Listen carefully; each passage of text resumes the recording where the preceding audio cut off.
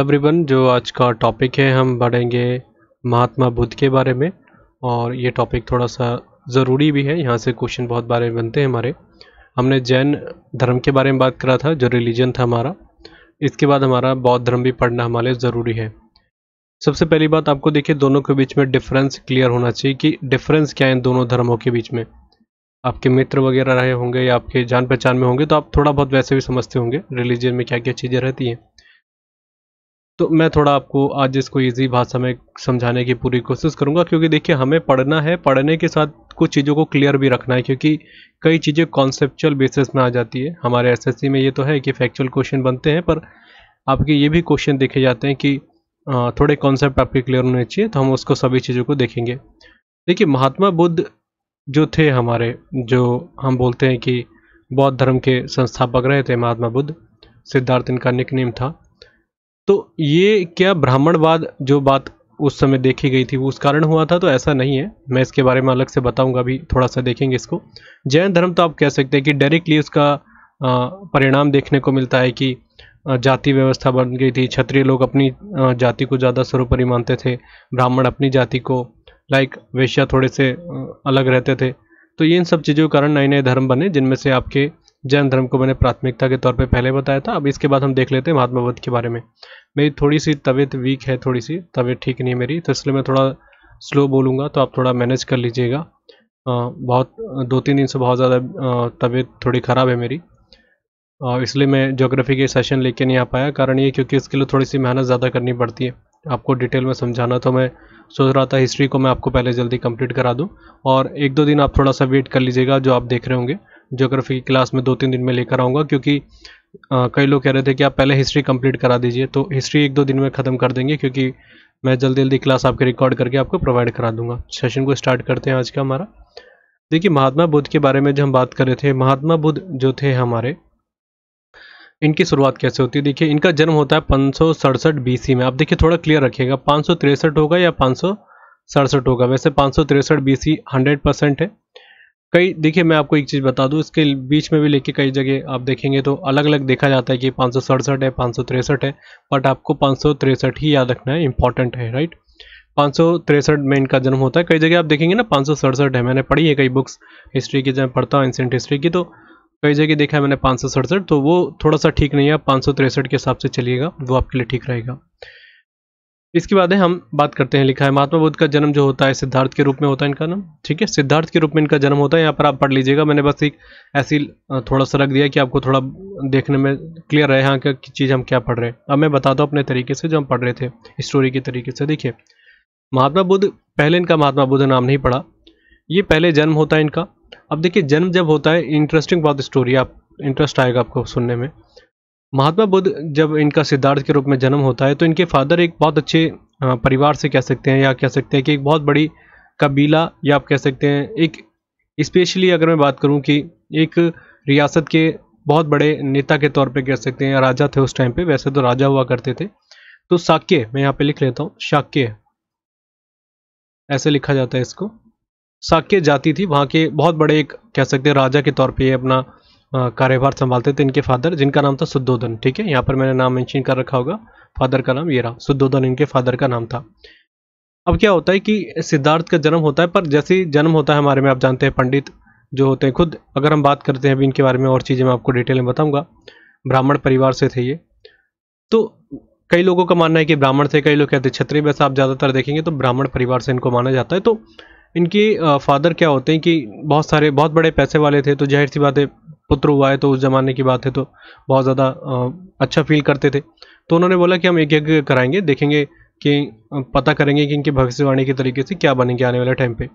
तो जो बहुत सारे पुजारी आते हैं, लगभग 8 पंडित बैठते हैं इनकी पूजा में, और बैठ के वो फिर भविष्यवाणी करते हैं। तो ज़्यादातर यही कहते हैं कि जो ये सिद्धार्थ, आप इनका नाम रखिएगा सिद्धार्थ, इन्होंने इसलिए रखा कि ये व्यक्ति ऐसा, ये बच्चा ऐसा आने वाले टाइम में ऐसा व्यक्ति बनेगा जो अपने लक्ष्यों को प्राप्त करने के लिए बहुत ज़्यादा उत्सुक रहेगा और उसको जरूर प्राप्त करेगा। इसलिए आपको पता होगा सिद्धार्थ का मतलब होता है जो अपने लक्ष्य को प्राप्त करता है, अपने एम को या अपने गोल्स को जो प्राप्त कर लेता है, उसी को सिद्धार्थ कहा जाता है।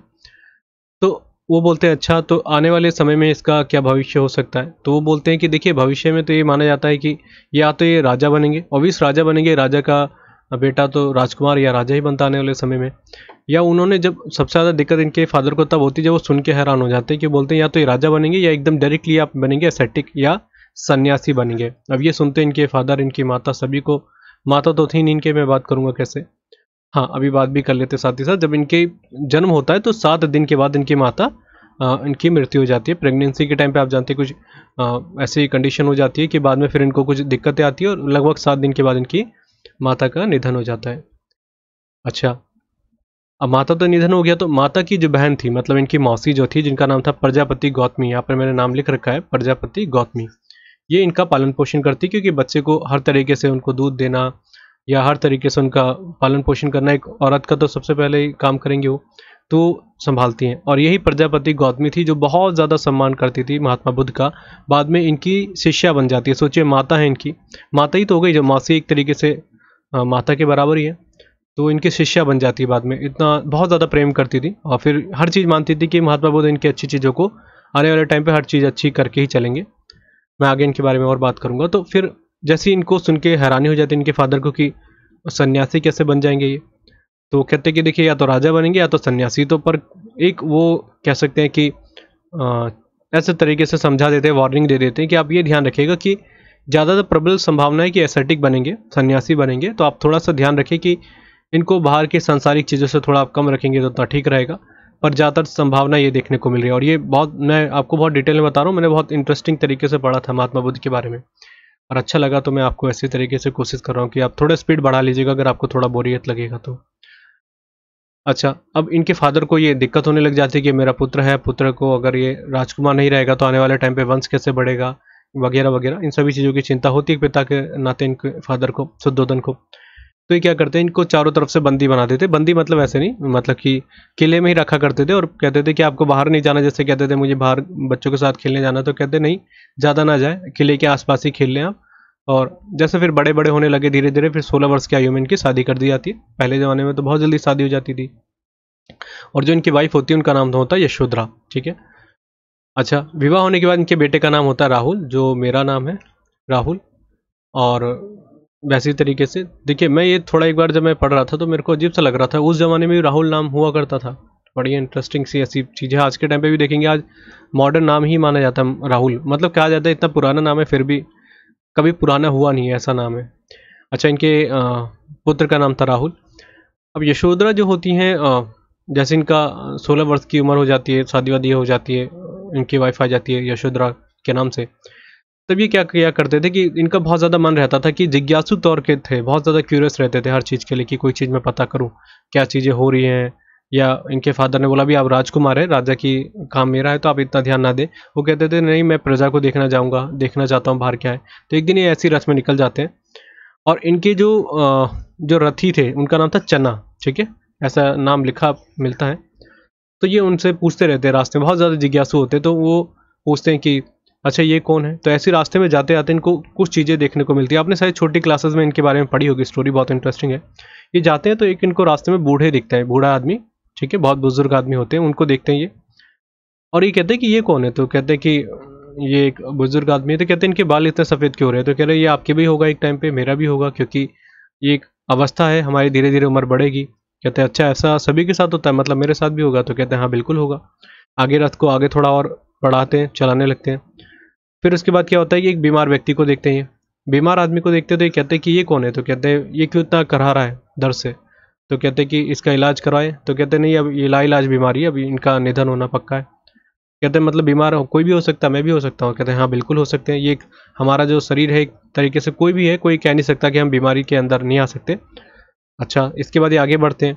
फिर एक आदमी की डेड बॉडी को लेके जा रहे होते हैं लोग। तो ये देखते हैं तो कहते हैं ये कौन है। तो ये इसको ऐसे क्यों लेके जा रहे हैं। मतलब देखिए, आप खुद सोचिए, इनके फादर ने इनको बाहर का कोई भी चीज़ें बताई नहीं, इतना इतना अवेयर ही नहीं करने दिया कि कल मेरा बेटा कहीं ऐसा टिक ना बन जाए, सन्यासी ना बन जाए। क्योंकि भविष्यवाणी से उस ज़माने की मैं बात कर रहा हूँ कि बहुत ज़्यादा डरते थे। तो वो कहते हैं कि ये मृत्यु हो गई। कहते हैं कि मृत्यु मतलब कहते हैं कि ये अब आज के मतलब इनका अंत हो गया है, कभी जीवित नहीं रहेंगे ये। अच्छा, तो कहते हैं ऐसा हर किसी के साथ होगा। हाँ, कहते हैं आपके साथ भी होगा, ऐसे मेरे साथ भी होगा। जो आदमी जीवित है, जो आया है, वो उसने मरना तय है उसका, चाहे कुछ भी कर लीजिए। तो इसके बाद इनको बहुत ज़्यादा ठेस होती है, थोड़ी देर बैठ जाते हैं, आराम से सोचते रहते हैं उन चीज़ों को। फिर जाते जाते वो उनका मन हो जाता है कि अब बहुत ज़्यादा परेशान हो गया हूँ मैं, कहते चलिए अब महल की तरफ चलिए, या मैं बहुत परेशान हो रहा हूँ सोच के कि मेरा बेटा है, वाइफ है, कल मेरे को इनको छोड़ना पड़ेगा, मेरे फादर मेरे को छोड़ के चले जाएंगे, ऐसी ऐसी चीज़ें सोच रहे थे। तभी ये रास्ते की तरफ आते जाते समय इनको एक ऋषि दिखते हैं, सन्यासी के तौर पे बैठे होते हैं वो, और तपस्या कर रहे होते हैं वो। तो कहते हैं जितना लोग मैं देख रहा हूँ, क्योंकि रथ में जब जाते हैं तो कई लोग देखते हैं तो परेशान होते हैं कहीं ना कहीं, तो कहते हैं कि ये कैसे इतने शांत बैठे हुए हैं, कपड़े भी इनके पास पूरे नहीं है, फिर भी इतने शांत कैसे बैठे हुए हैं। तो कहते देखिए इन्होंने मोह त्याग दिया, पूरा सांसारिक सुविधाएं इन्होंने त्याग दी, इनकी वाइफ नहीं है, बच्चे नहीं, इनके पिता होंगे तो इन्होंने पूरा परिवार छोड़ दिया, मतलब उनकी तरफ इनका कुछ है नहीं, वो भगवान के प्रति इनकी एक सोच विचार आ गए, मतलब सांसारिक इन्होंने मोह त्याग दिया। तो कहते कि अच्छा, ये जाते हैं घर, इस चीज़ के बारे में बार बार सोचते हैं, और ऐसे ऐसे सोचते सोचते फिर ये प्रण कर लेते हैं कि यहाँ पर रह के फ़ायदा क्या, जब ये कोई एक फिक्स है ही नहीं, कल मेरा बेटा भी मेरा नहीं रहेगा, कल मैं बेटे से अपना जुदा हो जाऊंगा, अपनी वाइफ मेरी कल नहीं रहेगी मेरे साथ, मरना तय है, तो फिर बेमतलब में हम इस सांसारिक चीज़ों में क्यों घूम रहे हैं, इससे बढ़िया छोड़ देना चाहिए सांसारिक तरीके से, और जो चीज़ वो कर रहे हैं वैसे हम करें। तो इसी तरीके से क्या कर देते हैं, महात्मा बुद्ध संन्यास ले लेते हैं। तो ये बहुत ज़रूरी पॉइंट मैंने आपको यहाँ से रिलेट करके बता दिया है।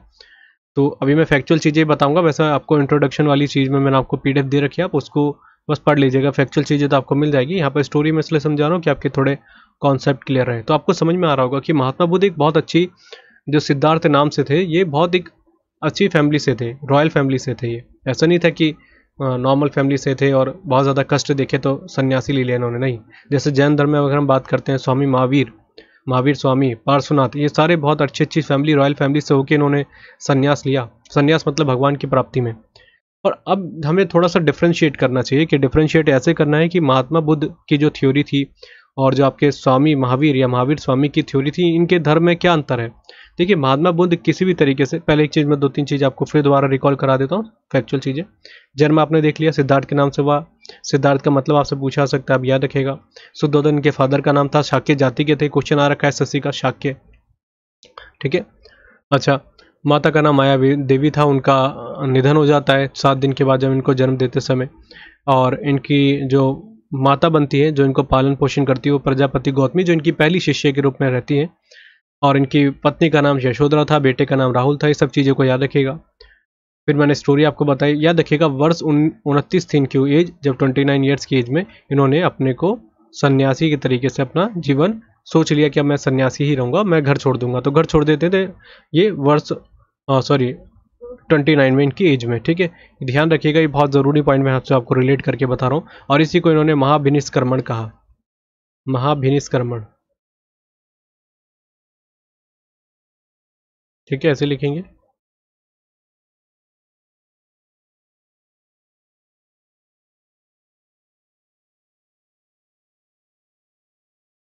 ये कहा गया था, मतलब इन्होंने अपने पूरे तरीके से त्याग दिया।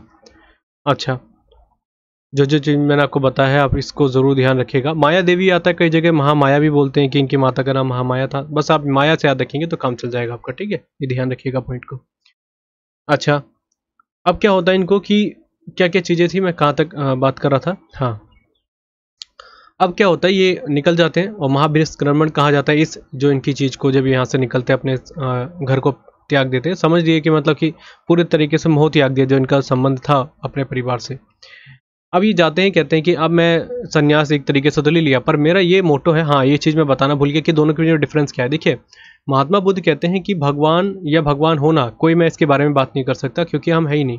ये बात सच है। अगर आप, जो आदमी ये बोलता है कि मैं आस्तिक हूँ, इसको लेके चलिए आप एक तरीके से कह सकते हैं, चलिए उसकी कोई संवेदना है। अगर जो बोलता है नास्तिक है, तो बिल्कुल ही बेवकूफ़ है। आप आस्तिक तो चलिए कुछ हद तक आप उसको रेलेवेंट मान सकते हैं कि चलिए वो अच्छे काम के लिए, कोई भी धर्म गलत नहीं बताता। पर नास्तिक में अगर आप बोल देते कि मैं नास्तिक हूँ प्रॉपरली तरीके से, मैं किसी धर्म को नहीं मानता, तो वो बिल्कुल गलत है। कुछ तरीके से बोल सकते हैं आप कि आप कैसे कह सकते हैं कि अस्तित्व ही नहीं है भगवान का। कुछ ना कुछ चीज़ें आपकी लाइफ में ऐसी होती है कि आपको लगता है कि हाँ इस चीज़ों का रिलेशन है।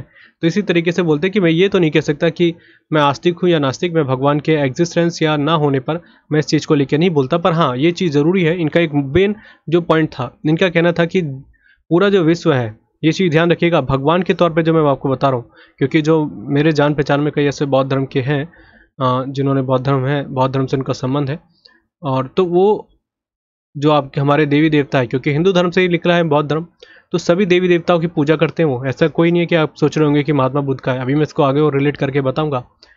तो इन्होंने क्या बोला कि देवी देवताओं की पूजा करते हैं, मतलब ऐसे कोई नहीं कि आप सोचेंगे कि जो बौद्ध धर्म ले लेते तो पूजा ही नहीं करते, ऐसा नहीं है। उनकी अपनी अपनी है इच्छा, अगर वो कर सकते हैं, पर मैं ज़्यादातर जितने मेरे मित्र वगैरह हैं वो सभी को मैं इनके बारे में आपको जानता हूँ, जो चीज़ मैं आपको यहाँ से रिलेट करके बता रहा हूँ, ठीक है। अच्छा, पर महात्मा बुद्ध का ये मेन था कि उन्होंने बोला देखिए जितना मैं बाहर गया हूँ, ये संन्यास लिया इन्होंने, अब ये देखने लगे इनके दिमाग में एक ही चीज़ सबसे ज़्यादा आई। जैसे इन्होंने घर को छोड़ा 29 वर्ष, इनको लगभग 6 वर्ष लग गए, 35 वर्ष की आयु में इनको एनलाइटमेंट मिला। एनलाइटमेंट मतलब कहते हैं ज्ञान की प्राप्ति हुई। तभी देखने लगे इनके दिमाग में एक ही चीज़ सबसे ज़्यादा आई कि आदमी किस चीज़ के लिए सबसे ज़्यादा प्रेरित है, किस चीज़ को लेके परेशान हो रखा है, वो है इच्छाओं को लेके, डिज़ायर। इन्होंने बोला डिज़ायर ही सबसे बड़ी दुख का कारण है। आज के टाइम पे इन्होंने बोला हर कोई दुखी है, और ये बात सच है। अगर आप देखेंगे दुखी हर कोई है। आपको ये लोग बोलेगा ऐसा तो नहीं है, हर कोई दुखी तो नहीं होता, पर आप खुद सोचिए, अगर आपके पास खुशी रहने का एक ही कारण है, अगर आपकी इच्छाएं पूरी हो रही है। जिस दिन आपकी इच्छाएं आपकी कम हो गई, सपोज हम बात करते हैं आपके एग्जाम के बारे में, एग्जाम की तैयारी कर रहे हैं आप, एग्जाम आपका निकल गया, आपकी इच्छाएं पूर्ति हो गई, कोई दिक्कत नहीं है। सपोज आपको एग्जाम निकलने के बाद आपको जो आप होम कैडर चाह रहे हैं वो नहीं मिल रहा है, आपको जो आपके हिसाब से, आप जैसा आप यूपी के हैं, दिल्ली के, नॉर्थ इंडिया के हैं, आप चले गए साउथ इंडिया में, तो आप क्या खुश रहेंगे? आप दुख होने लग जाएगा आपको, चाहे कितना भी आपने प्राप्त कर लिया। सेम वही कहानी, एग्जाम की तैयारी कर रहे हैं, हर किसी बच्चे का एग्जाम तो नहीं निकलता, नहीं निकला तो दुख हो गया। मतलब कि इच्छाएं जब तक आप अपने साथ रखेंगे आपको ही दुख होगा, ये बात सच है। और ये हमेशा कहा जाता है कि एक्सपेक्टेशन ऑलवेज हर्ट, मतलब अगर आप जितनी उम्मीदें रखेंगे अगर वो टूटती हैं तो आपको दुख तो ज़रूर होगा। तो इन्होंने बोला कि सबसे पहली बात, आप डिज़ायर ही रखना छोड़ दीजिए तो आप दुख से मुक्त हो जाएंगे। इन्होंने बोला मैं लगभग मेरे को 5 से 6 साल हो गए, मैं हर तरीके से ढूंढ लिया, मैंने हर चीज़ों को देखा। आपने छोटी क्लासेस में देखा होगा, इनकी स्टोरीज आती थी कि एक महिला बताती है कि मैं बहुत दुखी हूँ, मेरा बेटा मर गया, तब ये उनको भी ज्ञान देते हैं। ये कहते हैं कि आपको डिज़ायर नहीं रखनी है। बहुत ज़रूरी पॉइंट है, आपके एग्जाम में आ सकता है कि इनका मेन मोटो क्या था। मतलब आपको डिज़ायर रखना ही नहीं है। अगर आप डिज़ायर रख रहे हैं, इच्छा रख रहे हैं आप किसी चीज़ से, तो आपको दुख ज़रूर होगा। तो इन्होंने बोला कि डिज़ायर छोड़ने का ऐसा तो आसानी बात है नहीं। आप खुद सोचिए, हम ये सोच सकते हैं कि हम इच्छा को रखें ना, फिर तो हम एक तरीके से मोह त्याग के अंदर है ही। तो इन्होंने बोला कि आपको इच्छाएं नहीं रखनी, पर उसके उन्होंने कुछ कारण भी बताया कि आप किस तरीके से इन दिमाग को अपने निकाल दीजिए कि मैं कोई डिज़ायर रखूंगा। अभी मैं इसके बारे में और एक्सप्लेन करूंगा आपको। अच्छा, तो ये सब चीज़ें इन्होंने जब देखी तो इनको ये समझ में आने लग गया कि अब जो मेरे को काम करना है, लोगों को खुश रहना सिखाना है, खुश रहना। ये याद रखिएगा, कोई भी भगवान से रिलेशन नहीं बोला इन्होंने, ना इनको कोई ऐसा था कि मैं जाति प्रथा को दूर करूंगा। महात्मा बुद्ध का बौद्ध धर्म को स्टार्ट करने का मेन मोटो ये था। हाँ, ये ज़रूर है कि हर धर्म के लिए इनके रास्ते खुले हुए थे। इनमें कोई जाति व्यवस्था देखने को नहीं मिलती, कोई कास्ट सिस्टम आपको देखने को नहीं मिलेगा महात्मा बुद्ध की जो इनकी जब थ्योरी आती है। पर ये इनका सबसे पहला मोटो था कि आपको खुश कैसे रहना, इस चीज़ के ऊपर हम काम करेंगे बस। भगवान है या नहीं है, ये मैं कोई होता नहीं हूँ डिसाइड करने वाला। मैं मात्र एक इंसान हूँ जिसने जन्म लिया सिद्धार्थ के रूप में, और मेरे को आप लोग महात्मा नाम दे दिया क्योंकि मैंने कुछ अच्छी बातें कर ली है, बाकी मैं कोई भगवान हूँ नहीं। ये इन्होंने खुद बोला है, ठीक है। ये ध्यान रखिएगा चीज़ मैं जो आपको यहाँ से रिलेट करके चल रहा हूँ कि समझना हमारे बहुत ज़रूरी है। अच्छा, अभी जाते हैं लगभग इनको कुछ टाइम हो जाता है, 29 वर्ष की उम्र। अब लगाइए 35 वर्ष की उम्र में इनको एनलाइटमेंट मिलता है, मतलब कि ज्ञान की प्राप्ति होती है, और इसी को बौद्ध धर्म में निर्वाण कहा जाता है। निर्वाण, ठीक है, निर्वाण, ये ध्यान रखिएगा, ये पॉइंट अच्छा है। और ये इनको कहाँ मिलता है? ये पीपल का पेड़ आपको दिख रहा होगा, उसी में इनको ज्ञान मिलता है। और कौन सी रिवर के किनारे, सब चीज़ मैं बता चुका हूँ। निरंजन रिवर जिसको कहा जाता है, निर्जना रिवर, ठीक है, या इसको फल्गु रिवर भी कहा जाता है। Phalgu river, Niranjana river, river के किनारे इनको, मतलब वहाँ पर बैठते हैं। और देखिए ये क्या किया करते थे कि बरसात के टाइम पे ही ऐसी जगह बैठ जाते थे, क्योंकि बरसात में चलना पॉसिबल नहीं है। जैसे इनको ज्ञान मिलता है या ज्ञान नहीं मिलता है, तभी भी ये लगातार ट्रैवल करते रहते थे। पूरे भारत में इन्होंने ट्रैवल करा, नेपाल तक गए। और आपको पता है इनका जन्म कहाँ पे होता है? लुम्बिनी में होता है, नेपाल में। और बिहार इनका एक तरीके से कर्म भूमि कह सकते हैं कि बिहार में इन्होंने बहुत ज़्यादा काम करे, वहाँ पर बहुत ज़्यादा इन्होंने चीज़ें करी। बिहार यूपी वाला इलाका, अभी हम बात और करेंगे इसके ऊपर। अच्छा, फाल्गु रिवर, पीपल का पेड़ के नीचे, ये सारे क्वेश्चन आप याद रखिएगा, ज्ञान मिलता है इनको, और इसी को निर्वाण कहा गया। पीपल का पेड़ था, ठीक है। अच्छा, 35 वर्ष की उम्र में, ये भी ध्यान रखना आपको। अब ये सन आप इनको रिलेट कर लीजिएगा कौन सा वर्ष था, आप खुद उसको ऑटोमेटिकली घटाएंगे तो ईजिली आप कर लेंगे, ठीक है, कि कौन से में आप इसको इससे मैनेज करते रहिएगा। जब इनका जन्म होता है 563 में, अब 29 वर्ष ऐसे कर लेना आपको ऐड, यहाँ से घटाते रहिएगा तो आप क्लियर कर लेंगे। 29 घटाएंगे यहाँ से, ठीक है, तब समझ जाएंगे आप किस तरीके से आपको करना है। तो मेरा मानना है कि आप, कई लोग क्या करते हैं कि आप सारे साल याद करते हैं कि इन्होंने घर को कब त्यागा, वो भी साल याद करेंगे, इन्होंने इनको ज्ञान कब मिला तब भी ये साल याद करेंगे। ये सब याद रखने की जरूरत नहीं। हाँ, बस ये याद रखिए कि इनका जन्म कब होता है, मृत्यु कब होती है, आप इतना बस याद रखेंगे तो काम चल जाएगा। और वैसे भी वो ज़रूरत नहीं, क्योंकि आपको सभी को पता है कि 80 वर्ष में इनका निधन हो जाता है, मृत्यु हो जाती है, तो वो भी इतना खास याद रखने की ज़रूरत है नहीं कि 483 BC के अराउंड इनकी मृत्यु होती है। वो वैसे भी आप रिलेट कर सकते हैं आपस में, ठीक है। इसलिए कहने का मतलब है कि आप बर्डन ना रखें अपने ऊपर। अब क्या लोग करते हैं कि सारे सन याद करते हैं, इतना तो हम कॉमन सेंस लगा सकते हैं कि अगर आपके एग्जाम में आता हो तो आप 563 से रिलेट करके याद रखिएगा। बस आपको ये चीज़ याद रखनी कि 29 वर्ष में इन्होंने संन्यास लिया, यहाँ से घटा लीजिएगा। 35 वर्ष में इनको ज्ञान मिलता है, निर्वाण जिसको कहा जाता है, इसको महाविनिष्क्रमण कहा जाता है, और इनकी 80 वर्ष की आयु में निधन होता है, उस तरीके से घटा लेंगे तो काम चल जाएगा, ठीक है। अच्छा, अब देखिए इनका जो पहला उपदेश इन्होंने दिया, जब इनको ज्ञान मिल गया, इनको ज्ञान का मतलब क्या है, मैंने आपको लास्ट लेक्चर में बताया था, ये हम रट्टा मारते हैं कि ज्ञान क्या होता है। ज्ञान मतलब ये है कि जब आपको ये चीज़ समझ में आ जाए कि हम इस संसार में आए क्यों हैं। ये सच बात है, अगर हम इस एग्जिस्ट करते हैं, इस पृथ्वी में रहते हैं, तो हमारे को जब तक ये किसी को ज्ञान है ही नहीं। हम थोड़ी देर के लिए जाते हैं कहीं, जैसे अगर आपको किसी की फ्यूनरल वगैरह में आप जा रहे हैं तो वहाँ पर 2 मिनट हमको लगता है कि हाँ ये सच्चाई ये है, पर उसके बाहर आते हैं भूल जाते हैं सब चीज़ों को। सेम वही कहानी है यहाँ पर। तो इन्होंने बोला कि ज्ञान ये है कि अब हमें जीना किस तरीके से, और इनको ये समझ में आया कि दुख को कैसे ख़त्म करें। दुख जो है, ये खुद नहीं समझ पा रहे थे कि कैसे हम डिज़ायर को हम अपने कंट्रोल करें, क्योंकि डिज़ायर कहीं ना कहीं इसका रिलेशन है। तो इन्होंने उन सब चीज़ों को करते करते 6 वर्ष इनको लग गया वहाँ पर, और फिर निरंजना रिवर या फल्गु रिवर कहते हैं, पेड़ के नीचे जो पीपल का था, वहाँ पर इनको निर्वाण मिलता है, उसी को कहा जाता है ज्ञान की प्राप्ति या एनलाइटमेंट। तब इन्होंने अपना पहला सरमन या कह सकते हैं उपदेश इन्होंने दिया था, कहाँ पर, सारनाथ में। सारनाथ बहुत बौद्ध धर्म के हिसाब से बहुत ज़्यादा अच्छी जगह मानी जाती है, और ज़्यादातर इन्होंने यहीं पर अपने उपदेश दिए थे। इसको भी ध्यान रखिएगा, पहला भी यहीं पे दिया, सबसे ज़्यादा भी इन्होंने यहीं पर दिया। इसी को इन्होंने जो अपना पहला दिया, इन्होंने जो उपदेश कह सकते हैं, ये इन्होंने, इसको कहा जाता है धर्म चक्र परिवर्तन। धर्म चक्र परिवर्तन, ठीक है। परिवर्तन तो आप लिख ही लेंगे, चलिए लिख ही लेते हैं। और इसको इंग्लिश में भी ऐसे लिखेंगे, तो मैं थोड़ा इसलिए सोच रहा हूँ कि आप कर लेंगे इतना। हाँ, धर्मचक्र परिवर्तन इन्होंने कहा। इनकी 80 वर्ष की उम्र में इनकी निधन हो जाता है, और कहाँ पर होता है, कुशीनगर में होता है, राइट, कुशीनगर। ये सारी चीज़ें मेरे हिसाब से आपने कई बार पढ़ ली होंगी, फिर भी मैं दोबारा से रिपीट कर देता हूँ। कुशीनगर में इनका निधन हो जाता है, और इसी को क्या कहा गया, परिनिर्वाण। परिनिर्वाण, अब देखिए समझिएगा क्या है परिनिर्वाण। देखिए निर्वाण मतलब क्या, अपने घर को छोड़ा तो निर्वाण हो गया। परिनिर्वाण मतलब पूरा संसार त्याग दिया, संसार ही छोड़ दिया इन्होंने 80 वर्ष की उम्र में, तो परिनिर्वाण। तो इनमें कई बार दिक्कत होता है, महाभिनिष्क्रमण, धर्मचक्र परिवर्तन, इन सभी के वर्ड में दिक्कतें आती है। तो याद रखिए, निर्वाण मतलब घर त्यागा, परिनिर्वाण पूरा संसार त्याग दिया, तो दोनों साथ में रिलेट कर रहे हैं, कोई दिक्कत नहीं। पहला उपदेश दिया धर्मचक्र परिवर्तन। धर्मचक्र परिवर्तन मतलब कुछ परिवर्तन लाने के लिए तो आप उपदेश दे रहे हैं कि हमें परिवर्तन लाना पड़ेगा, तो इसको ऐसे रिलेट कर लिया, बस कहानी खत्म। इतना बर्डन लेने की कोई खास जरूरत होगी नहीं मेरे हिसाब से। देखिए, अब मैं कुछ और चीज़ें यहाँ पर इससे रिलेट कर देता हूँ, जैसे कि आपके लिए थोड़ा ज़रूरी बन जाता है यहाँ से। अगर ये क्वेश्चन आ सकते हैं कि मैंने बताया कि, एक मिनट,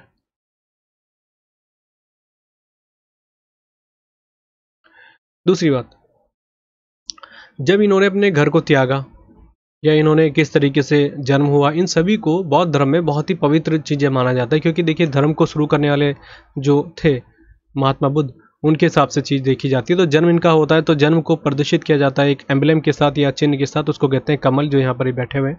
तो याद रखिएगा, पूछा जाता है कि महात्मा बुद्ध का जन्म को किससे एक तरीके से प्रदर्शित किया जाता है, वो है लोटस या कमल, राइट, पहला हो गया। दूसरी बात पूछी जाएगी, जो इनके लाइफ में इन्होंने बहुत चेंजिंग मोमेंट देखने को मिलता है, जिसको कहते हैं गृह त्याग। मतलब इन्होंने घर को ही त्याग दिया, इसको कहते हैं रिनंशिएशन, राइट, यहाँ पे लिख देता हूँ मैं, ठीक है। ये एसएससी में कई बार वैकेब्स के तरीके से पूछी गई है, तो इसको याद रखिएगा। इसका मतलब गृह त्याग हो गया। इसको इन्होंने बोला हॉर्स से, इसको मतलब कि डिनोट किया गया है, हॉर्स, घोड़ा। तो कैसे, मतलब घोड़ा एक तरीके से बहुत तेज भागता है, तो भागने से आप रिलेट कर सकते हैं, घर छोड़ा इन्होंने, राइट। इसके बाद ज्ञान, जो इनको एनलाइटमेंट मिलता है, ज्ञान की प्राप्ति होती है, वो इन्होंने करा है, जो इनका एक बोधि ट्री है, बोधि, बोधि ट्री, बोधि पेड़, या इसको इंग्लिश में ऐसे लिखा जाता है, ठीक है, बोधि ट्री से इसको दिखाया जाता है कि जो इनको ज्ञान मिला, कहाँ ज्ञान मिला था, बोधि ट्री, मतलब ट्री से याद रख लीजिएगा, पीपल के पेड़ के नीचे, तो उससे रिलेट कर लिया, राइट। और इनका डेथ बहुत ज़रूरी है, डेथ का किससे एम्बलम दिखाया जाता है, वो है आपका स्तूप, ठीक है, स्तूप। और आप सभी को पता है स्तूप किस लिए बनाए जाते हैं, तो ये क्लियर हो गया होगा मेरे हिसाब से। अच्छा, मैंने आपको बताया धर्मचक्र परिवर्तन। देखिए, जो इन्होंने पहला जो इन्होंने भाषण दिया था, या भाषण तो नहीं कहेंगे, सॉरी, जो इन्होंने अपने उपदेश दिए थे पहले, कि उन्होंने जो इतने वर्ष में सीखा है, क्या सीखा उन चीज़ों के बारे में, तो उसी तरीके से एक इनके फर्स्ट सरमन को भी शो किया जाता है। मतलब जो इन्होंने पहला उपदेश दिया था उसको कहते हैं इनको, एक मिनट, 8 चक्र पहिया, ऐसे बोला जाता है इसको, 8 चक्र पहिया। और इन्होंने इसी में ये जो 4 या 8 तरीके से इन्होंने एक चक्र बनाया, धर्म चक्र परिवर्तन, जो मैं आपको बता रहा था, ऐसे 8 बना दिए, तिल्लियाँ समझ लीजिए, जैसे हमारे 24 तिल्लियाँ हैं हमारे उसमें तिरंगे में, तो वैसे ही इसी तरीके से इसमें 8 बताए। और 8 में यही बताया कि आप डिज़ायर को कैसे कंट्रोल कर सकते हैं, क्या क्या आपको व्यवहार करना पड़ेगा तो ही आप करेंगे। और इतना आसान नहीं है, हर कोई आदमी सोचे कि मैं डिज़ायर को ख़त्म कर लेता, कोई दिक्कत नहीं, संसार त्याग देते हैं। आप एक बार अपने ऊपर अप्लाई करके देखिएगा, कभी वो पॉसिबल हो ही नहीं पाएगा जब तक आप अपने मन को सुदृढ़ नहीं करेंगे। उसी में उन्होंने बहुत सारी चीज़ें बताई कि आपको कॉन्फिडेंट होना पड़ेगा, अपने एकदम डिटरमिनेंट रखना पड़ेगा अपने आप को, आत्मनिर्भर होना पड़ेगा। कोई भी लोग आपको बोलेंगे, आप उसके लिए क्लियर रहें कि हाँ मैंने सोच लिया तो सोच लिया। ये सभी चीज़ें इन्होंने इसमें मेंशन करी, उसी को कहा जाता है। इसको लिखा जाता है 8, मतलब 8 नंबर में लिखा जाता है पोल व्हील, ठीक है, 1 मिनट, हाँ 8 स्पोक, क्या कहा जाता है, एक मिनट, हाँ 8 स्पोक व्हील ये कहा जाता है इंग्लिश में इसको। एक बार इसको आप चेक कर लीजिएगा, वैसे ठीक है मेरे हिसाब से 8 स्पोक व्हील का इसको कहा गया था। तो पूछा जाएगा जो आपका पहला सरमन है किससे से रिलेटेड है, तो यही कहा जाता है। और इसको हिंदी में ऐसे कहा जाता है, इंग्लिश में ऐसे कहा जाता है। अब देखिए, इन्होंने बोला कि जो मैंने बताया कि महात्मा बुद्ध ने बोला कि जो हमारे जीवन में जो हमको परेशानियां हो रही है, दुख हो रही है, क्योंकि जिन्होंने जहाँ भी जाते थे, कोई लोग आते थे कि बहुत ज़्यादा ज्ञानी आदमी, आप उनके पास जाइए तो सीधे देखते थे, कोई महिला आ रही सीधे अपने दुख के बारे में बात करिए, कोई इनके पास किसी खुशी के पर्पज़ में कभी नहीं आया। तो इनको समझ में आ गया कि इन संसार में एक ही चीज़ है जो सबसे बड़ी बात, जो लोग एक दूसरे को सोचते हैं या परेशान होते हैं, वो है दुख, उस चीज़ का हम निर्माण करें। तो इसी तरीके से उन्होंने अलग अलग तरीके से बताए। अब इन्होंने बोला, देखिए डिज़ायर को जीतना कैसे, उसके ऊपर इन्होंने 4 पॉइंट बोली जो सबसे ज़रूरी है, आपको याद रखना है, जो इन्होंने बताया कि क्या क्या कारण रहते हैं। पहले इन्होंने बोला दुख, डिज़ायर का कारण तो जाहिर सी बात यही है। दूसरा समुदाय, ये क्वेश्चन आ सकता है आपके एग्जाम में, इसको इंग्लिश में भी ऐसे लिखा जाता है और हिंदी में भी, क्योंकि उस ज़माने में हिंदी और इंग्लिश मीडियम तो कोई नहीं होगा। इसमें चौथा बोला निरोध, ठीक है, ऑब्स्ट्रक्शन कह सकते हैं। और चौथा हो गया आपका मार्ग।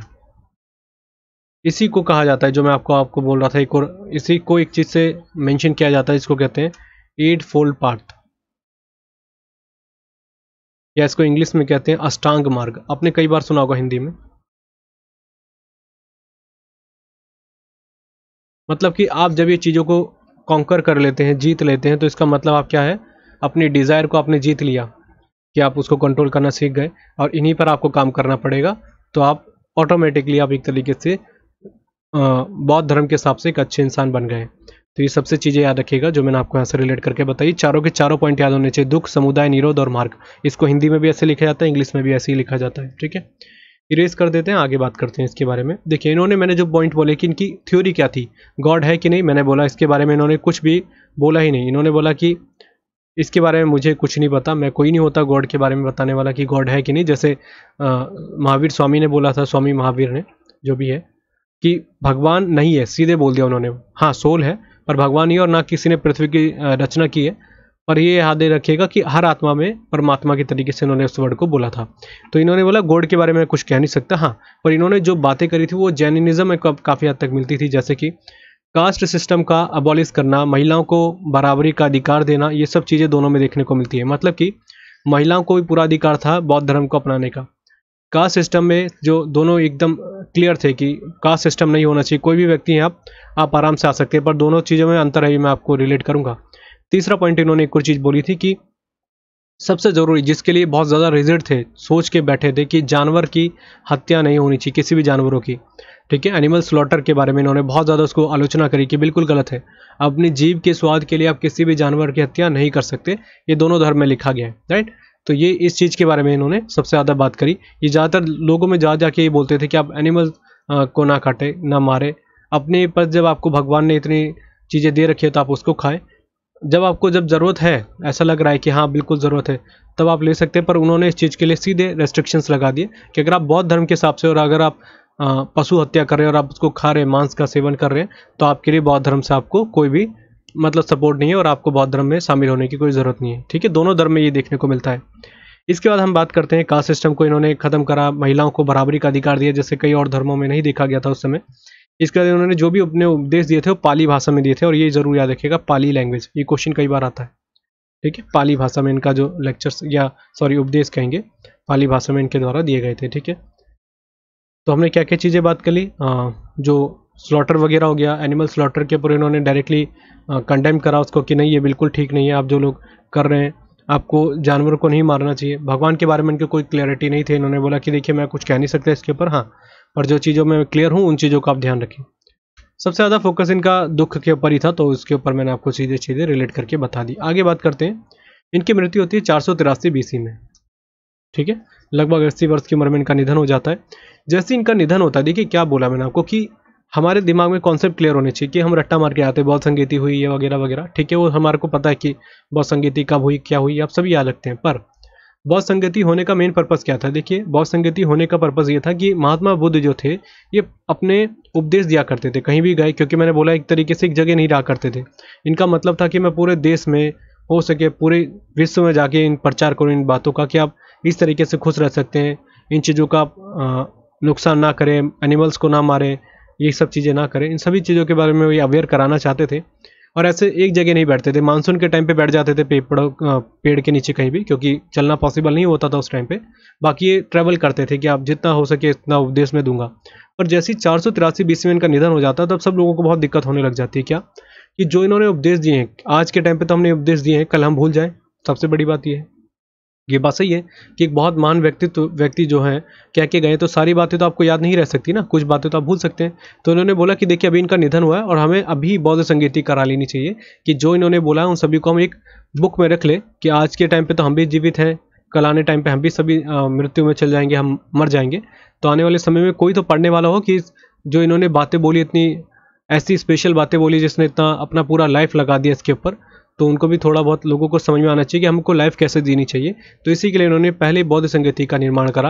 ये बहुत ज़रूरी पॉइंट है, इस चीज़ के मैं आपके बारे में बता दूं। ठीक है, पहली बौद्ध संगीति की इन्होंने इसलिए ही इसकी शुरुआत करी थी। तो कब होती है? 483 BC में होती है। ये हम चीज़ें बहुत पढ़ चुके हैं, आपने पढ़ा भी होगा। 483 BC में राजगृह में होती है, और ये बिहार में है राजगृह, आप सभी को पता ही होगा। इसकी अध्यक्षता जिन्होंने करी थी उनका नाम था महाकश्यप, यहाँ पे लिख ही देता हूँ मैं, महाकश्यप।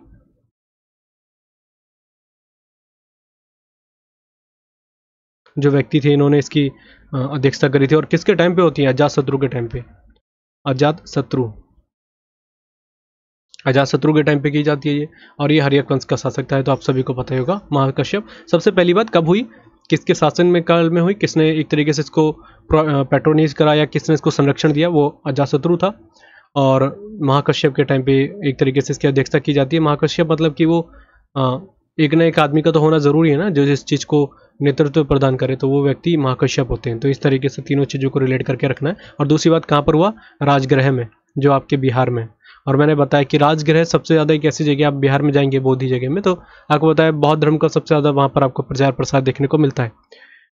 पहली बौद्ध संगीति हुई इस चीज़ को लेके। अब बौद्ध संगीति पहली में तो हुई जो मैंने बताया, जो जो चीज़ें आपको पता होंगी, पर इसमें देखिए क्या क्या चीज़ें और की गई थी, थोड़ा सा डिटेल में और बात मैं कर लेता हूँ, कि संभावना यह है कि अगर मेंस के एग्जाम में थोड़ा डिटेल में आ जाए तो आप थोड़ा प्रिपेयर रहे। जैसे कि आपसे पूछा जाएगा कि क्या क्या चीज़ें इन्होंने करी, तो मैंने बताया कि महात्मा बुद्ध के जो उपदेश थे उनको एक स्क्रिप्चर की तरीके से उसको रखना था, कि हम उस सभी चीज़ों को एक कंपाइल करके रख लें एक बुक में। तो उसी में एक व्यक्ति है जिनका नाम होता है उपाली, उपाली भिक्षुक कह सकते हैं। अभी मैं बताऊंगा भिक्षुक और उपासक किसको कहा जाता है, उपासक, अभी इसके बारे में भी क्लियर रखिएगा। उपासक और भिक्षुक, ये दोनों वर्ड आपने बहुत सुने होंगे। जैन धर्म सॉरी बौद्ध धर्म में यूज़ किया जाता है। और पूछा जा सकता है कि बताइए भिक्षुक वर्ग जो आपका है ये किस में संबंधित है, तो भिक्षुक है आपका बौद्ध धर्म से, ठीक है, और उपासक भी। अभी हम इस चीज़ को भी क्लियर समझेंगे। तो इन्होंने क्या बोला कि उपाली एक थे, उन्होंने इसका कंपाइलेशन करा, और उन्होंने बोला कि देखिए हम एक तरीके से इसका निर्माण करते हैं। किस चीज़ का? एक नाम इन्होंने करा विनय पिटक। पहले हमें नाम लिख लेता हूँ, विनय पिटक। इसको ऐसे लिखा जाता है, ठीक है। दूसरा का निर्माण इन्होंने करा जिसको कहते हैं सुत पिटक, सुत पिटक, और इसको ऐसे लिखा जाएगा,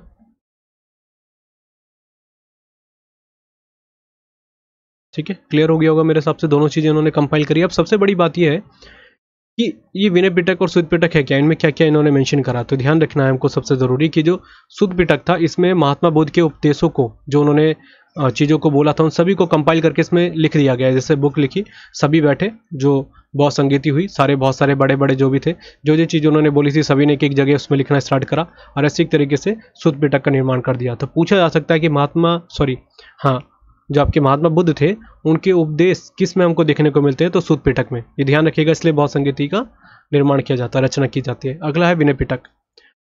विनय पिटक में क्या होता है, विनय पिटक में जो एक सबसे जरूरी पॉइंट है, जो भिक्षुक होते हैं, भिक्षुक मैंने जब जिनके बारे में बात करी और अभी बताता हूं मैं आपको, भिक्षुक के जो रूल्स रेगुलेशंस होते हैं, रूल्स रेगुलेशंस होते हैं, उनको इसमें मेंशन किया गया कि आपके ये रूल्स रेगुलेशन होने चाहिए तभी आप काम करेंगे। जैसे मैं एग्जांपल के लिए बात करता हूँ, अपने धर्म के बारे में हमें ज़्यादा नॉलेज है तो उसी की बात करते हैं, हिंदू धर्म की। देखिए, हिंदू धर्म के कुछ रूल्स रेगुलेशन होते हैं, ऐसा नहीं कि दो तरीके के होते हैं। देखिए, जैसे हम पारिवारिक हैं, जैसे मैं अपनी बात करता हूँ, मैं पारिवारिक हूँ क्योंकि हमारा परिवार से संबंध है, मेरे माता है, पिता है, भाई बहन सब है, आने वाले टाइम पे परिवार बढ़ता है, सब चीज़ें। तो मैं एक पारिवारिक रूप से हूँ, तो मेरा अलग रूल होंगे। और एक जो व्यक्ति पुजारी जो कहता है कि मैं संन्यास ग्रहण कर लेता हूँ, एसेटिक बन जाता हूँ, तो उसके रूल्स अलग हो जाएंगे। आप सभी मानते होंगे जो देख रहे होंगे इस वीडियो को। आप मुस्लिम धर्म में देख लीजिए, जो एक मौलवी होते हैं उनके अलग रूल्स रेगुलेशन होते हैं, वो थोड़ा अलग तरीके से देखते हैं, नॉर्मल आदमी अलग तरीके से देखता है। जैसे एग्जाम्पल के लिए, हमारे धर्म में सीधे क्लियर मेंशन किया गया है कि आप मदिरा पान नहीं करेंगे, मतलब कि आप जो होते हैं जैसे शराब वगैरह का सेवन नहीं करेंगे, सीधे मना है, ठीक है। दूसरी बात, हमारे में मांस जो होता है उसका सेवन करना बिल्कुल मना है, मांस।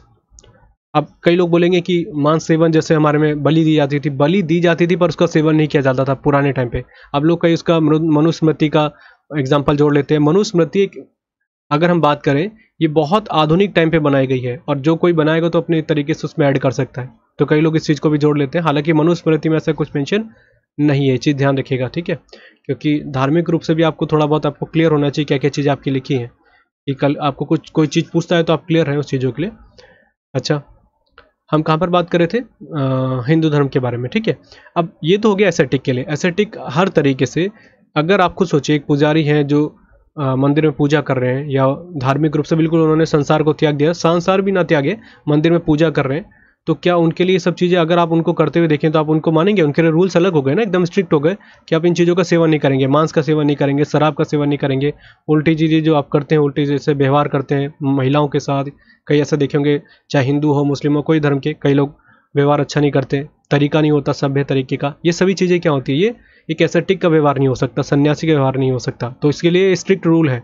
कुछ सोचिए, अगर आप बोलेंगे कि कोई आदमी सन्यासी के तौर पे जा रहा है, कुछ मिसबिहेव कर रहा है रास्ते में, तो क्या बोलते हैं कि तो इसने सन्यास ले रखा और ऐसे काम कर रहा है। अब हम बात करते हैं इधर, इसी जगह में आ जाते हैं, ये पी वाला जो मैं परिवार की बात कर रहा था, हम पारिवारिक है, मैं स्मोकिंग भी कर सकता हूँ, ड्रिंकिंग भी कर सकता हूँ, ये मेरा नैतिक व्यवहार है कि मैं कितना इस चीज़ के लिए, अपने कर्मों के लिए वचनबद्ध हूँ, या अपने परिवार के प्रति जो भी चीज़ें हैं, ये मेरी खुद की सिंसियरिटी है कि मैं इन चीज़ों को नहीं करूँगा, क्योंकि एक तो मेरे धर्म में नहीं मैं इनको मेंशन करता, और दूसरी चीज़ इससे कोई फ़ायदा नहीं होता, पहली बात ये। तो कितने ऐसे लोग हैं, ऐसे बहुत सारे लोग हैं जो इन चीज़ों का सेवन करते हैं, स्मोकिंग करते हैं, ड्रिंकिंग करते हैं। हालांकि हमारे धर्म में इस चीज़ की कोई भी वो नहीं बोला गया कि आप इसका सेवन करिए, बिल्कुल इसको वर्जित किया गया है। सेकंड बात, मांस जो होता है हमारे में सीधे मना किया जाता है कि मांस का सेवन आप नहीं करेंगे, फिर भी मांस का सेवन करते हैं काफ़ी हिंदू, काफ़ी परसेंट में बात कर रहा हूँ आज के टाइम पे, ठीक है। तो कहने का मतलब ये है कि हमारे तरीके से दो अलग क्राइटेरिया बन जाते हैं, कि एक जो होते हैं एसेटिक, जो एक तरीके से अपने धर्म में पूरा सम्मिलित हो गए, एक है जो पारिवारिक रूप से जी रहे हैं, उनके लिए कोई रूल्स रेगुलेशन है नहीं। सेम वही कहानी यहाँ पर देखने को मिलती है। उपासक कुछ भी कर सकता है, पहले एक अर्जी डालता है कि मेरे को भिक्षुक बनना है, पर भिक्षुक बनने से पहले आपको बहुत सारे रूल्स रेगुलेशन करने पड़ेंगे कंप्लीट। जैसे एसेटिक बन रहे हैं आप, सन्यासी बन रहे हैं, एसेटिक बनने की हमारे को पूरी आज़ादी है, सन्यासी बनने की पूरी आज़ादी हमारे में। अगर आप मान के चलिए कल बोलते हैं कि मेरे को सन्यासी बनना है, सन्यास लेना है, तो आप क्या करेंगे, सीधे हिमालय चल जाए? नहीं, ऐसा नहीं है। आप सन्यास ले सकते हैं, घर में भी ले सकते हैं, सांसारिक चीज़ों से आप दूर हो सकते हैं, कोई दिक्कत नहीं है। पर उसका पहला मोटो जो सबसे ज़्यादा होता है, बहुत सारी चीज़ें होती है वो तो आप सभी जानते होंगे। सबसे पहला मोटो है कि आप ब्रह्मचार्य अपने जीवन को व्यतीत करें, मतलब कि आप सेक्सुअल लाइफ से दूर रहेंगे। महिलाओं के संपर्क में नहीं रहेंगे, किसी महिला के आप विवाह नहीं करेंगे, उसका सबसे पहला एक क्राइटेरिया है। सेम वही कहानी है, अगर आप उपासक हैं, आप चीज़ आप कर सकते हैं, कोई दिक्कत नहीं, आपने अर्जी डाली है, पर आप भिक्षुक बनना चाह रहे हैं तो इसके रूल्स बहुत ज़्यादा स्ट्रिक्ट हैं। आप इसके अंदर जाने से पहले आपको क्लियर होना चाहिए कि भिक्षुक किस तरीके का उसके रूल्स रेगुलेशन है। आप किसी भी सेक्सुअल रिलेशनशिप में नहीं रह सकते, कि आप कहीं लिव इन में रह रहे हैं या कुछ रह रहे हैं, तो बिल्कुल भी नहीं है वो एक्सेप्टेबल। वो इस तरीके से इसको ध्यान रखिएगा, ठीक है, जैसे मैंने आपको बहुत डिटेल में समझाया। हालांकि भिक्षुक के बारे में बहुत सारे क्राइटेरिया है, इतना स्ट्रिक्ट है कि आपको हर 15 दिन में आपको एक टेस्ट देना पड़ता है। टेस्ट मतलब कि आपने कोई सामने तो आप बन के दिखा रहे हैं कि हाँ बहुत अच्छा पंडित हैं, या बहुत अच्छा आपने अपने कर्म दिखा रहे हैं कि मैं एक सन्यासी हूँ, पर बाद में आप उल्टे सीधे कर्म कर रहे हैं। ऐसा आपने हमारे उसमें भी सुना होगा, जैसे कई लोगों का नाम आया था। तो इस तरीके से इन चीज़ों की क्लियरिटी रखी गई। तो इसलिए इनको दो पार्ट में डिवाइड किया गया कि उपासक आप वो हैं। देखिए भिक्षुक बाद में कौन बन जाते हैं, चंद्रगुप्त मौर्य भी बनते हैं, सॉरी चंद्रगुप्त मौर्य कह रहा हूँ मैं, अशोक ग्रेट अशोक के बारे में बात कर रहे हैं। वो पहले उपासक रहते, फिर धीरे धीरे भिक्षुक बनते हैं, क्योंकि उन्होंने इन सब चीज़ों को त्याग दिया था। तो ये सब चीज़ें इसकी क्राइटेरिया मैंने आपको समझा दिया। तो इसमें क्या है कि इसमें रूल्स को मेंशन किया गया है, किन के बारे में, जो विनय पिटक के बारे में, कि आपको भिक्षुक के रूल्स रेगुलेशन क्लियर होने चाहिए, तभी आप अर्जी डालेंगे और आपके हर समय आपको हर दिक्कतें आपको झेलनी पड़ेगी आने वाले टाइम पे। ऐसा नहीं कि आपने एक टाइम पे भिक्षुक बन गए और अंदर आप ऊपर से भिक्षुक बने और अंदर से आप उल्टे सीधे काम कर रहे हैं, तो वो ठीक नहीं देखने को मिलेगा। बहुत डिटेल में मैंने समझा दिया, इसके बाद आपको कभी दिक्कत नहीं होनी चाहिए। एक और बार, विनय पिटक का संबंध किससे, भिक्षुक के रूल से। आपका सूत पिटक का संबंध किससे, हमारे महात्मा बुद्ध थे उनके उपदेशों के बारे में। और हमेशा से ही महात्मा बुद्ध ने कहा था कि मैं भगवान नहीं हूँ, तो मुझे भगवान की तरह ना पूजा जाए, मेरे विचारों को आगे बढ़ाया जाए, जो एक इंसान के तौर पे देखने को मिलते हैं, जो अच्छे विचार मैंने दिए हैं अगर लगता है तो। इसके बाद क्या होता है, सेकंड होती है दोबारा से, एक फर्स्ट हुई, सेकंड में भी कुछ होता है, कुछ बातें बदलाव की जाती है कि हाँ कुछ और करना चाहिए। तो सेकंड में होने का मेन कारण होता है फिर दोबारा कि भिक्षुक के जो रूल है जो हमने विनय पिटक में डाले हैं उसको और स्ट्रिक्ट करिए। उन्होंने बोला कि इतना स्ट्रिक्ट नहीं है, और स्ट्रिक्ट करिए कि आने वाले टाइम पे भिक्षुकों को ये क्लियर हो कि सांसारिक चीज़ों से दूर हो जाए, किसी भी तरीके से कोई चीज़ों में ना जुड़े रहे। तो ये भी हो गया सेकंड खत्म। तीसरे की बात हम करते हैं। तीसरी एक और होती है। अच्छा, सेकंड में कौन कौन होती है, ये होती है लगभग 100 वर्षों के बाद, 383 BC में होती है ये। और इसमें ये होती है आपके बिहार के वैशाली में। बिहार में आपको बता रहा हूँ ना, आपको ध्यान रखना है, बिहार के वैशाली में होती है ये। और यहाँ पर जो आपके अध्यक्षता करते हैं उनका नाम था सर्वकामी। सर्वकामी ऐसे लिख लेता हूँ मैं, सर्वकामी होते हैं। और आप सभी को पता है इसकी सेकंड की जो पेट्रोनेज जिसने करा था, संरक्षण करा था, उनका नाम था कालाशोक।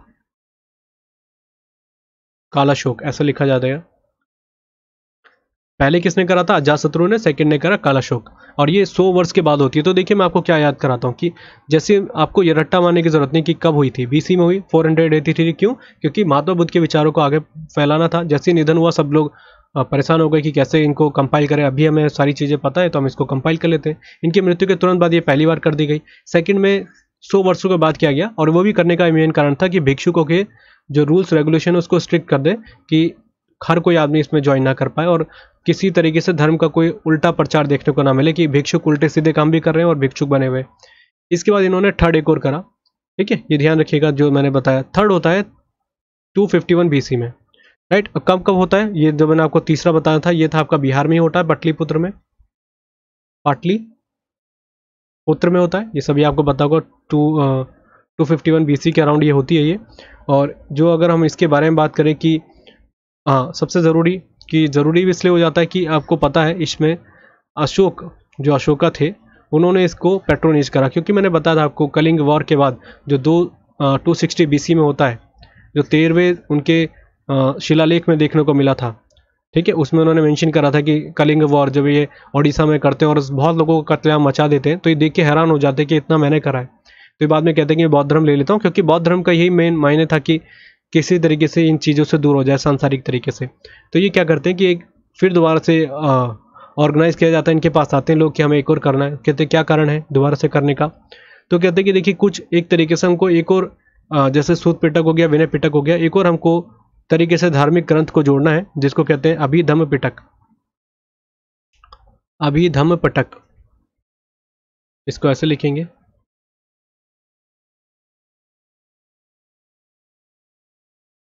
एम है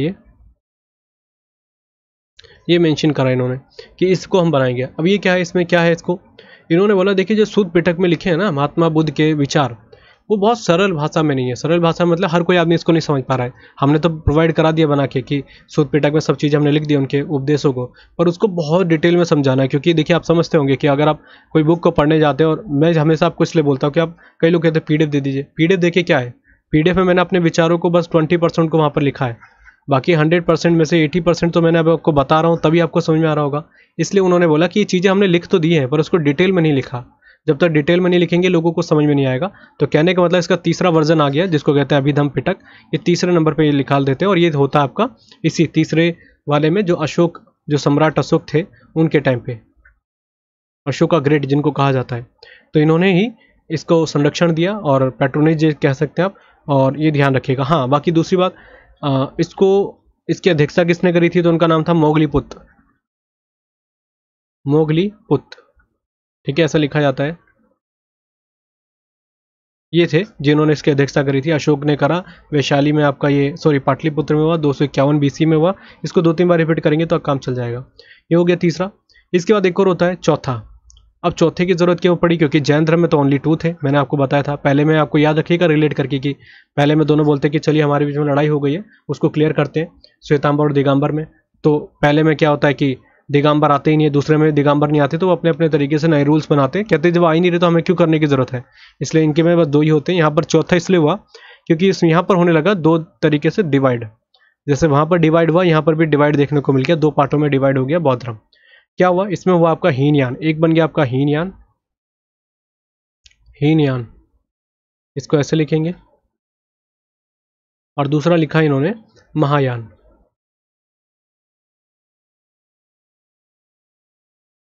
ये 2 तरीके से इसको डिवाइड कर दिया गया। अब ये कहानी क्या है इसको समझना बहुत जरूरी है। पहली बात, चौथी जो हुई थी कहाँ पर हुई थी आपको ध्यान रखना है। इसको कश्मीर में किया गया था कनिष्क के टाइम पे, ये सभी आपको पता होगा। चौथी जो हुई थी, और इसकी जो अध्यक्षता करी थी वो वाशुमित्र ने करी थी, और दूसरे थे अशोक घोष। ये मैं आपको पहले भी कई बार बता चुका हूँ। और कनिष्क के शासनकाल में होती है, जो कुषाण वंश के एक शासक थे। ठीक है, चौथी बहुत संगीति थी। इसी में 2 पार्टों में डिवाइड हो गया। अब देखिए 2 पार्टों में डिवाइड होने का मेन कारण क्या थी, हीनयान और महायान, दोनों में से नाम से क्लियर हो रहा होगा। आप सभी को पता है कि जो बौद्ध धर्म में एक तरीके से गोल सेट किया गया है। गोल मतलब लक्ष्य, कि हमारा लक्ष्य है कि हमको निर्वाण की प्राप्ति करनी है। निर्वाण, निर्वाण मतलब क्या है, ज्ञान की प्राप्ति करनी है आपको, कि आप किस तरीके से जीवन को जी रहे हैं, मतलब आप डिजायर को कैसे कॉन्कर कर रहे हैं, किस तरीके से अपने विचारों को आगे बढ़ा रहे हैं। इन्होंने बोला हमारा यही उद्देश्य है कि हम निर्वाण की प्राप्ति करें। ठीक है, ये बात हीनयान ने ये बोली, हीनयान का मत था ये। पर महायान इनसे एक कदम आगे आ गए। उन्होंने बोला बिल्कुल गलत बोल रहे हैं आप। ठीक है, आपका पॉइंट ये कि हीनयान के तौर पे जो आप कह रहे हैं कि निर्वाण की प्राप्ति करना, ये हमारे बौद्ध धर्म का पहला प्राथमिकता होनी चाहिए। ठीक है, इन्होंने बोला पर सेकंड चीज ये है कि हम अपने में ही लेके उसको अपने पे सीमित कर ले रहे हैं, हमें आगे भी तो बढ़ाना है। जैसे मैं आपको बोलूँ, जैसे मैं आपको कुछ पढ़ रहा हूँ मैं आज के टाइम पे, तो मेरी प्रायोरिटी ये रहेगी कि मैं आपको भी बढ़ाऊँ। जैसे अगर मैं चाहता हूँ तो इस चीज़ को, ये जो आपका महात्मा बुद्ध का टॉपिक है, इसको बहुत जल्दी मैं आपको 30 मिनट में ख़त्म करा देता। ये लेक्चर शायद आपको 1 घंटे से ऊपर चले जाएगा। क्यों, मैं ज़्यादा टाइम क्यों दे रहा हूँ, मेरा तो टाइम वेस्ट हो रहा है। पर मैं चाह रहा हूँ कि मैं आपको बहुत डिटेल में समझाऊँ अच्छे तरीके से, कि आपको भी वो ज्ञान की प्राप्ति हो, आप भी उस चीज़ को समझे कि हाँ हमने किसी चीज़ को पढ़ा है, महात्मा बुद्ध का टॉपिक रट्टा ना मारने पड़े आपको। सेम यही कहानी इन्होंने बोला कि देखिए आप तो अपने तक सीमित रख रहे हैं इस चीज़ को, निर्वाण की प्राप्ति हम कर रहे हैं, पर हमारा एक गोल और होना चाहिए कि हम तो खुद प्राप्त कर ही रहे हैं, हमें और लोगों को भी प्राप्त कराना है, और जितना हमसे हो सके उतना करें, तभी बौद्ध धर्म का प्रचार प्रसार होगा, और यही हमारा गोल होना चाहिए। अब इसी चीज़ को लेकर दोनों के बीच विवाद देखने को मिल गया, जो हीनयान और महायान बन गया। ये चीज़ क्लियर हो गई होगी। और बाकी अब इसके बारे में और भी चीज़ें आप याद रखिएगा। देखिए हीनयान में यही विवाद का कारण नहीं था, एक और विवाद का कारण ये हुआ कि इन्होंने बोला कि देखिए महात्मा बुद्ध को हम गुरु मान लेते हैं, महात्मा बुद्ध की बातों पे तो अब तक चल रहे हैं, इतना लंबा समय हो गया, तो उन्होंने बोला कि हम एक तरीके से मूर्ति पूजा का नहीं समर्थन करेंगे। मतलब कि मूर्ति पूजा क्या होने लग गया था, महायान के जो लोग थे ये मूर्ति पूजा करने लग गए। किनकी, महात्मा बुद्ध की मूर्ति लगाई, स्टैचू लगाई, उसकी पूजा करने लगे। इन्होंने बोला कि आप कैसे कह सकते हैं, ये बिल्कुल गलत है, क्योंकि इनकी देखिए सोच थोड़ी अलग टाइप की थी। इन्होंने बोला कि हम इस चीज़ के समर्थक नहीं है कि आप मूर्ति बना रहे हैं, इसकी पूजा कर रहे हैं, हम इसके समर्थक बिल्कुल नहीं है। आप इनको ऑर्थोडॉक्स कह सकते हैं या रूढ़िवादी कह सकते हैं, कंजर्वेटिव, रूढ़िवादी, कि आपको बिल्कुल भी जो हमारे तरीके से बताया गया, और कुछ तक है इनके पॉइंट्स ठीक थे। इन्होंने बोला कि जब महात्मा बुद्ध ने बोला कि मैं खुद भगवान नहीं हूँ, मैं तो एक अपने उपदेश आप लोगों तक पहुँचा रहा हूँ, और मुक्ति की एक रास्ता बता रहा हूँ कि आदमी ऐसे खुश रह सकता है तो उनको भगवान क्यों बनाए। पर महायान ने बोला कि आपकी सोच अलग है, हम आपके साथ डिफर फील करते हैं, तो दोनों अलग अलग होने लग गए। इसी तरीके से दोनों को बीच में डिफरेंस देखने को मिल गया। तो पहला किस चीज़ को लेकर, निर्वाण को लेकर लड़ाई हुई। दूसरी बात मूर्ति पूजा, मतलब कि मूर्ति पूजा हम नहीं करेंगे, कहते हैं हम करेंगे। इन चीज़ों की जो लड़ाई देखने को मिल जाती है। इसको इरेज कर देता हूँ मैं आगे, आपके एग्जाम में आएगा तो आप थोड़ा प्रिपेयर रहिएगा इस चीज़ को लेके। अच्छा, ये तो हो गया आपका हीनयान, हीनयान हो गया, महायान हो गया। एक और चीज़ देखने को मिलती है जिसको कहते हैं वज्रयान। वज्रयान ऐसे लिखा जाएगा इसको। अब वज्रयान क्या था, इसमें एक और कदम आगे बढ़ गए। मैं बोल तो रहा हूँ आपको कि धर्म कोई गलत नहीं है, पर उसमें अगर आप चेंजेस कर रहे हैं या एक तरीके से उसको, मैं एक चीज़ हमेशा बोलता हूँ कि कोई भी धर्म है उसमें एक चीज़ ध्यान रखनी चाहिए कि अगर आपको लगता है ये चीज़ गलत है तो उसको आपको चेंज करना चाहिए। सामाजिक के तरीके से उसमें कुछ बदलाव लाने चाहिए। ऐसा नहीं कि वो किसी तरीके से किसी के लिए हार्मफुल हो। उसी तरीके से इन्होंने भी बोला, पर इतने चेंजेस मत कर लीजिए कि आप अपने अस्तित्व को ही खो दें। वज्रयान में क्या होने लगा, इन लोगों ने एक नया, एक तरीके से शुरू हुआ। अब इसमें जादू टोना को शुरू कर दिया गया। जादू टोना, कि जादू टोना हम शामिल करेंगे कि ऐसे आप बीमार है तो आपको ठीक कर दिया जाएगा, वगैरह वगैरह, जो भी चीज़ आप जानते हैं। तो इसी से लोग और परेशान होने लग गए कि एक नया तरीके से क्यों बनाने लग गए इसको। पहले तो हम 2 पार्ट में डिवाइड हो गए, अब तीसरा हो गया। तो इसी से लड़ाई होने लगी बीच में, और लड़ाई होने के बाद यहीं से थोड़ा बहुत बौद्ध धर्म का पतन देखने को मिला। नहीं तो आज के टाइम पे बौद्ध धर्म के मामले में भारत हिंदू राष्ट्र से ज़्यादा आप बौद्ध धर्म में देखे जाते हैं। देखिए, हिंदू राष्ट्र या बौद्ध धर्म या मुस्लिम राष्ट्र की बात करते हैं, मैं एक चीज़ इसके बारे में क्लियर करूँ कि इनके जो बौद्ध धर्म थे, ये बौद्ध जो थे, जैन थे, ये किससे निकले थे? यहीं से थे। मैंने बताया आपको, ब्राह्मण परिवार से थे। इनका मेन मतलब था कि देखिए, हम भगवान हैं या नहीं है, मैं इस चीज़ के बारे में नहीं बोलता हूँ, पर आपको ध्यान रखना चाहिए कि भगवान की प्राप्ति भी आप तभी करेंगे जब आप हर तरीके से लोगों की हेल्प करेंगे, हर तरीके से आप मोह माया से त्याग रखेंगे। अगर आप अपने डिज़ायर के पीछे ही भाग रहे हैं तो आप लोगों की क्या हेल्प कर रहे हैं? और हर धर्म यही बोलता है कि आप लोगों की हेल्प पहले करें। तो ये हमने चीज़ों को पढ़ा, ये चीज़ें उन्होंने इसमें व्याख्या करने को मिलती है। ठीक है, तो ये सब चीज़ें मैंने हिसाब से मैंने क्लियर आपको समझा दिया। इसके अलावा आपको कुछ याद रखने की ज़रूरत है नहीं, मैंने आपको बहुत डिटेल में समझाया था। और बस इतना याद रखिएगा। हाँ, एक चीज़ मैं बता दूं कि श्रावस्ती, सॉरी मेरे से गलत हो गया था, श्रावस्ती, श्रावस्ती ऐसे लिखेंगे इसको। सबसे ज़्यादा उपदेश इन्होंने श्रावस्ती में दिए थे। ठीक है, मैं थोड़ा सा गलत बोल गया, अयोध्या में पड़ता है ये, अयोध्या में। सारनाथ में पहला दिया था इन्होंने, सारनाथ में, ठीक है, जिसको धर्मचक्र परिवर्तन कहा जाता है। और इनके, हाँ, एक परम शिष्य बोले जाते हैं, उनका नाम था आनंद, राइट, आनंद नाम था उनका। और बाकी इनकी शिष्या मैंने आपको बता दी थी।